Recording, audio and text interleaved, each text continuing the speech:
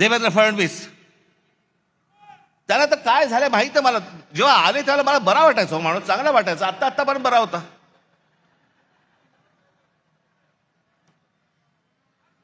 काल मी जो बोललो ना, ती रसमलाई आली होती, तो सांगतोय की मुंबईचा आणि महाराष्ट्राचा काही संबंध नाहीये, हे स्वतः सांगतोय. आणि फडणवीस म्हणतात नाही, तो असं काही बोललाच नाही, त्याचा तो अर्थच होत नाही म्हणे.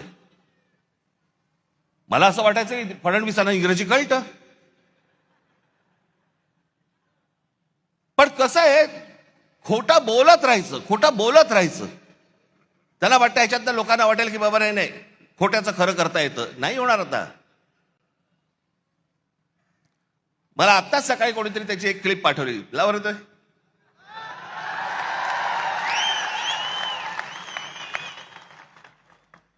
अण्णामलाईंच्या स्टेटमेंट बद्दल काय म्हणा. Bombay is not a Maharashtra city. Mumbai महाराष्ट्राची नाही याचं असं हे म्हटलं. Bombay is not a Maharashtra city. Mumbai is not a Maharashtra city. असं नाहीये. Bombay is not a Maharashtra city.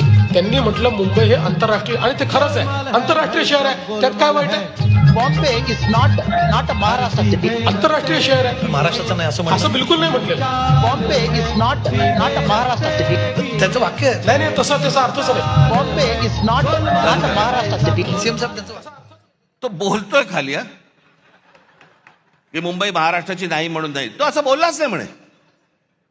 त्याचा म्हणे तो अर्थच होत नाही. किती खोटं बोलायचं, काही मर्यादा.